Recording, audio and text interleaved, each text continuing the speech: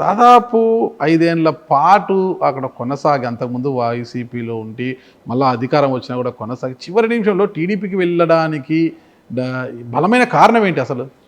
అది జనం అందరిలోనే వచ్చిందండి. ఆ! ఇది కులాల మధ్య కుంపడి పెట్టడమే వైఎస్ఆర్సీపీ ప్రథమ లక్ష్యం. అది కులాల మధ్య కుంపడి పెట్టి సర్వనాశనం చేసి ఏదో లబ్ధి పొందుదామని చూస్తారు. అంటే అంబేద్కర్ కోనసీమ జిల్లాగా దీనికి నామకరణం చేయడమే పొరపాటు అంటారా? పొరపాటు కాదండి, అసలు పొరపాటు కాదు. అందులో చేయమనే నేను స్టార్టింగ్లో నేను బీసీని రిజర్వేషన్లు పొందాను. ఆయన రాసిన రాజ్యాంగం ఇంప్లిమెంట్ అవుతుంది. మా తల్లి కౌన్సిలర్ చేసిన, మా తాతయ్య గారు కౌన్సిలర్ చేసిన బీసీ వార్డుల్లో చేసి నాకు ఇవ్వటం, తర్వాత రకరకాల లబ్ధి పొందాం. సో అమ్మపాలు తాగి రొమ్ము ఎలా గుద్దుతాం, ఆయన పెట్టమని చెప్పాం. పెట్టడం ఒక ఎత్తు, ఆర్జీలు తీసుకురండి అని ఎవరికైనా ఇష్టం లేకపోతే ఆర్జీలు తీసుకురండి అని గవర్నమెంట్ చేసి పోలీసుల్ని అడుగడుగున పెట్టి వాళ్ళని ఆపటం దేనికి? వాళ్ళు వెర్షన్ వాళ్ళు ఇచ్చుకుని పోతారు, ఆపేయమంటాం. ఈ విశ్వరూప్ గారికి ఎక్కడైతే ఈయనకి బ్యాడ్ నేమ్ వస్తుందో, అంటే జగన్మోహన్ రెడ్డి ఆ రోజుల్లో వద్దని అన్నారంట ఈయనతో, వద్దు అది గొడవలు అవుతాయేమో అంటే నేను చూసుకుంటానని చెప్పి ఈయన రావటం. వాళ్ళు రోడ్లు ఎక్కితే ఏదైనా ఎక్కువ మంది లాడ్జీలు ఇచ్చి ఆడు చేస్తే నా పరువు పోద్దే, అనవసరంగా ఈ ఇష్యూ ఏదో అవుతుందని పోలీసుల్ని అడ్డు పెట్టడం, లాఠీలు ఇచ్చి కొట్టించడం, ఉద్యమం రోడ్డు ఎక్కింది. సింపుల్ అండి ఇది. అయితే ఒక వర్గానికి ఇక్కడ అంబేద్కర్ కోనసీమ జిల్లాగా మార్చడం ఇష్టం లేదనా? అలా కొంతమంది ఇష్టపడతారని, కొంతమంది ఇష్టపడరు. అది సహజం. అది ప్రజల్లో ఆర్జీలు ఇమ్మన్నారు, ఇష్టపడిన వాళ్ళు అందరూ వచ్చారు. ఒకటి మనం క్లియర్గా తెలుసు, అంతకుముందే ఏదో అంబేద్కర్ జిల్లా వద్దని 10,000 మందితో ధర్నా అయింది అక్కడ. అయినంటే వీళ్ళు ఏం చేయాలండి, ఎక్కడో ఒకే పాయింట్ కలెక్టర్ ఆఫీస్లో కాకుండా ఏ ఎంఆర్ఓ ఆఫీస్లో అక్కడ ఇచ్చుకోమంటే సరిపోయింది కదా. అందరూ అమలాపురం రారు కదా. ఏ మండలానికి ఆ మండలం ఎంఆర్ఓ గారి దగ్గరికి వెళ్ళండి, లేకపోతే ఎండిఓ గారి దగ్గరికి, ఏదో పాయింట్ పెట్టుకోవచ్చు కదా. ఉద్దేశపూర్వకంగా ఒక చోట పెట్టి మళ్ళీ వాళ్ళని ఆపటం ఎందుకు? అలా మనం గవర్నమెంట్ పాలిస్తున్నాం అంటే సర్టెన్ ఐడియా ఉండాలి కదండి. అంతకుముందే కదా 10,000తో ధర్నా జరిగింది. ధర్నా జరిగినప్పుడు ఆర్జీలు ఇవ్వడానికి అనుమతి ప్రభుత్వం ఇచ్చింది. జాగ్రత్తలు తీసుకోవాలా లేదా? ఆ రోజు ధర్నా జరిగినప్పుడు 250 మంది పోలీసులు ఉన్నారు. తర్వాత ఆర్జీలు పట్టుకుని వస్తున్నప్పుడు 150 మందిని పోలీసులని పెట్టారు. ఇవన్నీ అదే ఎస్పీ కూడా చెప్పాడు కదా అప్పుడు, లాఠీ చార్జ్ చేసేయమని 2 నిమిషాల్లో 8 సార్లు ఫోన్ చేశాడు నాకు విశ్వరూప్ గారండి.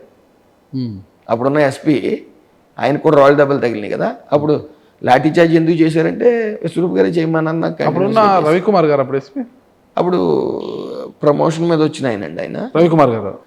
రవికుమార్ గారు ఆయన డైరెక్ట్గా చెప్పాడు కదా, నాకు రాళ్ళు ఇచ్చి కొట్టారు. అదే ఆయన లాఠీ చార్జ్ చేయమంటేనే చేశాను. ఆయన 2 నిమిషాల్లో 10 సార్లు చేసాడు నాకు ఫోను. ఇంకా ఆయన మాట పట్టుకుని లాఠీ చార్జ్ చేశానని చెప్పడం జరిగింది. అవి ప్రజలు ఉద్యమం చేతులకు. ఇప్పుడు ఒకటి మీరు గమనించాలి, ఆ రోజు కోనసీమ అల్లర్ల కేసుల్లో అది నాయకులు లేని ఉద్యమం జరిగింది అక్కడ. ఒకసారి కొట్టడం, ఆ పక్కన రోడ్డు వేస్తానే రాళ్ళు రవ్వటం, ఇంకా జనం ఒకళ్ళని చూసుకుని ఒకళ్ళు ఆ స్లోగన్స్కి జై కోనసీమ అనే స్లోగన్స్తో ఇంకా ఎటు పడితే అటు ఇచ్చేసేసి అల్లరి చేసి ఎవరు నచ్చింది వాళ్ళు చేశారు అక్కడ. అంత షార్ట్ పీరియడ్లో నాయకత్వాలు వహించి కూడా ఎవడుంటాడండి అసలు. అది అవుతుందని ఎవడు ఊహించలే. లాఠీ చార్జ్ అవ్వటం, రాళ్ళు రూపుకోవటం, అందరూ కూడా రోడ్ల మీదకి రావటం, అది ఈ కోనసీమ అల్లర్లకు సార్ ప్రధాన కారణం చెప్పలేదు మీరు. టీడీపీలోకి వెళ్ళడానికి ప్రధానమైన కారణం ఏంటి అసలు? ఆ రోజు అయితే ఈ కోనసీమ అల్లర్ల ఇష్యూని హ్యాండిల్ చేయకపోవటం.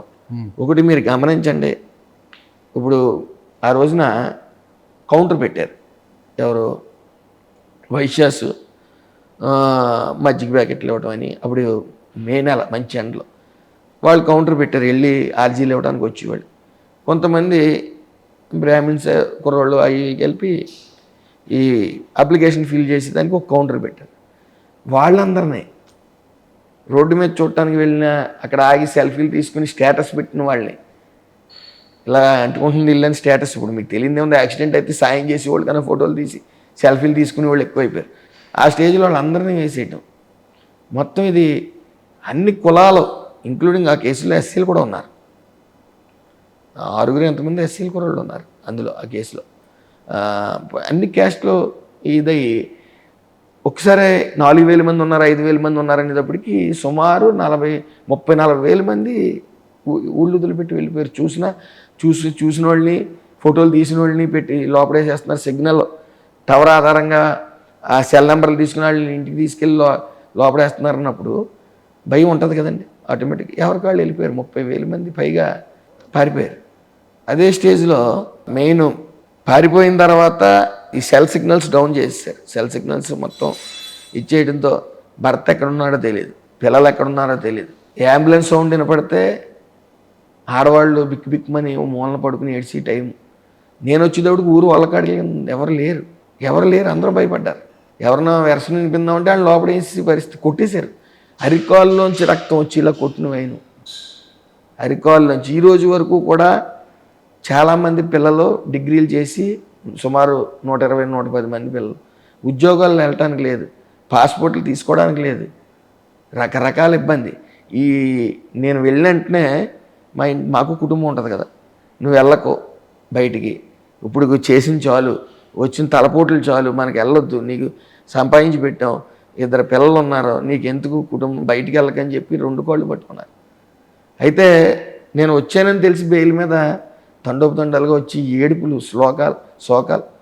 వాళ్ళు మా పిల్లలు ఎక్కడున్నారో తెలియట్లేదు, తీసుకురండి అని చెప్పి వాళ్ళ లోపల 100 రోజులు ఉండిపోయారు. అడుగుతున్నానని తప్పుగా అనుకోద్దండి. రౌడీ షీట్ ఓపెన్ చేశారు కదా పోలీసులు, రౌడీ షీట్ ఓపెన్ చేశారు. ఎప్పుడైనా లాఠీలు చూపించారా మీ పైన? లేదండి, ఎప్పుడు లేదు. Rowdy sheet 7 monthsలో తీసేశారండి. రౌడీ షీట్ తీసేసింది ఎవరు? దాని వెనక ఉన్నది ఎవరు? ఏదండి, రౌడీ షీట్ తొలగించడానికి ఎవరు సహకరించారు? ఆ రోజు తెలుగుదేశం పార్టీ అధికారంలో ఉంది. ఆ రోజు పెట్టడం తెలుగుదేశం పార్టీ టైంలో పెట్టారు, తీయటం కూడా తెలుగుదేశం పార్టీలో తీసేశారు. అంతేనా? ఓకే, తెలుగుదేశం పార్టీ అయినా పోయింది. అప్పుడు బయట మాత్రము మీకు రౌడీ షీట్ తొలగించడంలో పిల్లి సుభాష్ చంద్రబోస్ గారి యొక్క పాత్ర ఉన్నిందనే ఒక విమర్శ. దీనికి సంబంధం లేదు. నాకు పరిచయం యాక్చువల్గా బోస్ గారు నేను క్లోజ్ అయింది ఈ కోనసీమ అల్లర్ల తర్వాత బాగా క్లోజ్ అవడం జరిగింది. ఎందుకంటే ఆయన మిథున్ రెడ్డి గారు ఆయన ఇన్ఛార్జ్ కింద వ్యవహరించేవారు ఈ జిల్లాకి. సో ఇక్కడ ఏ బాధలు ఉన్నా సరే మిథున్ రెడ్డి గారికో ఆయనకో ఎక్స్ప్లెయిన్ చేసేవాళ్ళు, ఇలా జరిగింది. ఆ క్రమంలో ఆయన క్లోజ్ అయ్యాడు తప్ప అప్పటికి 5 years బ్యాకే తీసేశారు. నాడు మీ తల్లి గారికి మున్సిపల్ చైర్మన్ కుర్చీ ఇస్తామని చెప్తే పెద్ద ఎత్తున ఖర్చు పెట్టారు కదా మీరు. తర్వాత మీకు అన్యాయం జరిగింది. మీరు ఖర్చు పెట్టిన సొమ్మును కూడా తిరిగి ఇవ్వడానికి ఇబ్బంది పెట్టారు, తిరిగి ₹1 కూడా ఇవ్వలేదు. ఈ విషయంలో కదా గ్యాప్ వచ్చి మిథున్ రెడ్డి గారు కూడా ఇన్వాల్వ్ అయ్యారంటారు. మిథున్ రెడ్డి గారు ఏమీ అవసరం లేదండి. అప్పుడు విశ్వరూప్ గారు పోటీ చేసినప్పుడు నేను ఖర్చు పెట్టిన అమౌంట్ అది. ఓకే, వాళ్ళ దగ్గర కొన్ని డొనేషన్స్ ఇచ్చారు. ఆ డొనేషన్స్ అన్నీ నాకు తెచ్చి ఇచ్చి ఆయన అయిపోయింది 3-4 days ముందే. ఇంకా మిగతా ఖర్చులు ఉంటాయి కదా, నువ్వు ఖర్చు పెట్టు, మనం తర్వాత చూసుకుందాం అన్నారు అంతే. ఇంకా ఇచ్చిన డబ్బులకి లెక్కలు లేవు, పత్రాలు లేవు, ఏమీ లేవు. ఆ రోజు కూడా మెయిన్ కేసు పెట్టించింది ఇదొక కారణం. ఈ కేసు పెట్టామంటే ఇప్పుడు పొలిటికల్గా మనం ఎలక్షన్ టైంలో సంతకాలు ఇవి మనం పెట్టించుకుని తీసుకోం కదా, అంతే కదండి. కరెక్ట్. అయితే మాత్రం నాకు కొన్ని ఆధారాలు ఉన్నాయి, ఒక 66 లక్షల దాకా ఆధారాలు ఉన్నాయి. అంటే బ్యాంక్ ట్రాన్స్ఫర్స్ అయ్యి ఉన్నాయండి. ఎలక్షన్ టైంలో డిపాజిట్ చూపించాలి కదా, మా తల్లిగారి అకౌంట్ నుంచి కొట్టించాను ఒక 15 లక్షలు. ఒకటి మొత్తానికి వచ్చాయి డబ్బులు. ఇప్పుడు ఇవ్వలేదా? వదిలేశారు. ఇప్పుడు ఇంకేం మంత్రి గారు పవర్ ఉంది చేత్తో, తిరిగి రాబట్టుకోలేరా? ఉన్నా అవి లీగల్గా వెళ్ళాలి. ఆయన భగవంతుడు. ఒకటి గమనించండి, నేను ఆ రోజుల్లో బయటికి వెళ్ళి యాంటిసిపేటర్ వచ్చేంత వరకు హైడ్ అవ్వడం జరిగింది. ఆ టైంలో కూడా శివభక్తుడిని అప్పుడే వేయించుకున్నాను. చూపెట్టండి. ఆ టైంలోనే వేయించుకున్నాను గోవాలో. గోవాకి వెళ్ళిపోయారు, కసిన్ ఆడతామని ఏం కదా సరదాగా. ఇంకా దూరంగా వెళ్ళాలి, స్టేట్ దాటాలి కదా. ఓకే, ఇంకా అక్కడ దాన్ని ఏమంటారు, పర్యాటకులు ఎక్కువ ఉంటారు. సో అక్కడ కొద్ది సేఫ్ జోన్లో ఉంటాం. ఏ టైంలో అన్నా సరే అక్కడికి వెళ్ళి ఎంచుకోవడం జరిగింది. నేను వచ్చిన తర్వాత కూడా నేను ఒకటే మాట చెప్పాను, నా తప్పు ఉంటే 1%, నా కుటుంబంతో పాటు నా పిల్లల మీద ప్రమాణం, ఎవరు బతికిన పిల్లల కోసం కదా, 1% ప్రమేయం ఉంటే నా పిల్లల మీద ప్రమాణం, నేను నమ్ముకున్న శివుడి మీద ప్రమాణం. నాకు 1% ప్రమేయం లేదు. ఉంటే నా కుటుంబం నేను సర్వనాశనం అవుతాం. పిల్లల మీద ప్రమాణం, ఇప్పుడు నేను బెయిల్ పెట్టుకుని వచ్చేసాను, నాకు షోయింగ్ చేయవలసిన పని లేదు. సో నేను లేకుండా నన్ను కేసులు ఇరికించారు. సేమ్ థింగ్ ఒకవేళ నిజంగా ఇరికిస్తే వాళ్ళు సర్వనాశనం అయిపోతారు, అందులో సందేహం లేదని. అంటే శాపనగరాలు పెడుతున్నాం ఏంటని అన్నారు చాలామంది. శివుడు ఉన్నాడు, దాని నిదర్శనం మీరు త్వరలో చూస్తారని చెప్పాను. వరుసగా ఆయనకి ఎలాంటి దెబ్బలు తగిలినాయి. వెంటనే ఆ స్ట్రోక్ రావడం జరిగింది ఇక్కడ నేను రాగానే. అతను 3 మంత్రులు నాతో దెబ్బలాడేవారు ఆ టైంలో. ఆ వేణు అని, తోట త్రిమూర్తులు, ఇతను విశ్వరూపు, ఇలా వీళ్ళందరూ. తోట త్రిమూర్తులు గారు మంత్రి కాదు కదా, ఇప్పుడు ఎమ్మెల్సీ కదా. ఎమ్మెల్సీ మంత్రి వేణుగోపాల్ గారు మంత్రి, పిలిపే విశ్వరూపు గారు సాంఘిక సంక్షేమ శాఖ మంత్రి, సమాచార శాఖ మంత్రి, ఈయన త్రిమూర్తులు. 3 కలిపి నిరంతరం ఈ కేసులు ఇరికించేయాలని నానా తాపత్రయం వాళ్ళకేయో ఇంటర్నల్గా నాకు ఆయనకి వేణుకు ఉన్నాయి కొన్ని క్యాస్ట్ ఈక్వేషన్లో. ఇంకొకరు ఎవరన్నా వస్తే నా కొడుకులకి అడ్డుపడతారని నెపంతో ఆయన చెట్టుబల్జీ కమ్యూనిటీ నుంచి ఆయన పాములు ఆయన ఇచ్చేయడం. విశ్వరూపు గారితో మీకు తెలిసిందే. ఈ త్రిమూర్తులు కూడా ఈయన విశ్వరూపు ఆయన ఫ్రెండ్స్. సో ఇంక వీళ్ళు నిరంతరం బాణాలు వదిలేవారు నా మీద. సో ప్రజలందరూ 1-sidedగా నిలబడ్డారు, అమాయకులు ఇరికించారు. దీని మీద ఎట్టి పడితే ఆడవాళ్ళు, ముఖ్యంగా ఆడవాళ్ళు. సో ఆ రోజు వెనక్కి తగ్గకుండా అప్పుడు కూడా 2-3 కేసులు పెట్టారు నా మీద. ఆ టైంలో వెనక్కి తగ్గకుండా ఆ టైంలో రోడ్లు ఎక్కాలన్నా కూడా భయం టైంలో లక్ష్మణ్తో మీటింగ్ పెట్టాం. సో వెనక్కి తగ్గకుండా మనం వెళ్ళాం కాబట్టి ఆ రోజున అందరూ ఈ పార్టీలో న్యాయం జరగలేదు, మనం కష్టపడ్డాం, చేసాం, దుర్మార్గం పార్టీకి ఓటేసాం, మరి నువ్వు అక్కడ ఉండకూడదు, అందులో ఉండొద్దు, మనల్ని హింసించేశారని చెప్పడంతోనే నేను బయటకు వచ్చి ప్రజలు. ఆ రోజు కూడా నేను జాయిన్ అవుతున్నప్పుడు కూడా మీరు చూసే ఉండొచ్చు, 10,000 మందితో వెళ్ళి జాయిన్ అయ్యాను చంద్రబాబు నాయుడు గారి సమక్షంలో. తర్వాత అర్థమైంది నాకు, అంటే ఈ వైఎస్ఆర్సీపీలో పాలిటిక్స్ ప్లే చేయడం అనేది చాలా ఈజీ అండి. ఎలా అంటే ఆయనకి రివ్యూ మీటింగ్లు ఉండవు, సబ్జెక్ట్ మీద అవగాహన ఉండదు, ఆయనకు ఉండదు, ఎదరోళ్ళకి రానివ్వడు. క్యాబినెట్ మీటింగ్ పెట్టినా మీరు గమనించి ఉంటారు, క్యాబినెట్ మీటింగ్ ఎప్పుడన్నా ఒక అరగంట 45 నిమిషాలు ఉండేది, మాకు 4 hours ఉంటుంది. క్లుప్తంగా ప్రతిదీ చెప్తారు ఆయన సబ్జెక్టు. ఆయన ఎంత గొప్పవాడంటే, ఈ 75 సంవత్సరాల వయసులో నాకు అన్నీ తెలుసు అనుకుంటే జగన్లా తయారవుతాం. ఏమీ తెలియదని మీరు ప్రయాణించండి, తెలుసుకోవాలి, నిరంతరం అప్డేట్ అవుతూ ఉండాలి ఎప్పటికప్పుడు అని అంటారు. ఆయన పని చేయకపోతే మీరు ఆడియో కూడా విని ఉంటారు, నన్ను చంద్రబాబు నాయుడు గారు మందలించిన ఆడియో.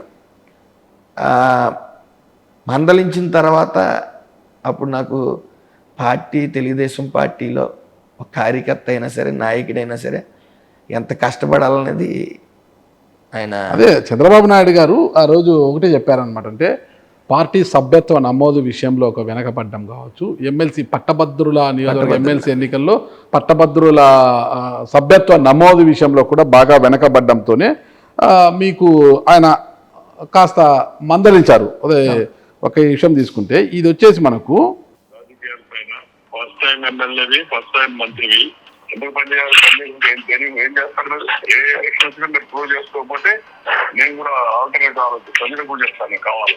మీరు చేయకపోతే మాత్రం నేను కూడా సీరియస్ గా ఆలోచిస్తాను, పార్టీకి ఉపయోగపడే రాజకీయానికి. ఇది ఓకే. ఇది వచ్చేసి ఒక టెలికాన్ఫరెన్స్లో మిమ్మల్ని మందలించారు, అంతే కదా? టెలికాన్ఫరెన్స్లో మిమ్మల్ని మందలించారు. ఏంటి అసలు పార్టీకి ఉపయోగపడినప్పుడు ఎందుకు రాజకీయాలు, ఫస్ట్ టైం ఎమ్మెల్యేవి, నీకు మంత్రి పదవి ఇచ్చాను, ఉపయోగించుకొని ముందుకు పోవాలా, కానీ ఏమీ పనికి రానప్పుడు నీకెందుకు మంత్రి పదవి అనేది మందలించారు. అది మీరు ఒప్పుకున్నారు, అది మీ గొప్పతనం. చంద్రబాబు గారు నన్ను మందలించారు, ఆ వీడియో కూడా మీరు, మీ ఆడియో విన్నారు మీరు అనేసి, అదే ఆడియో నేను వినిపించాను. ఇది టెలికాన్ఫరెన్స్లో మిమ్మల్ని మందలించిన ఆడియో. దీన్ని లీక్ చేసింది ఎవరు అసలు బయటికి? ఇది ఎందుకు వైరల్ అయింది?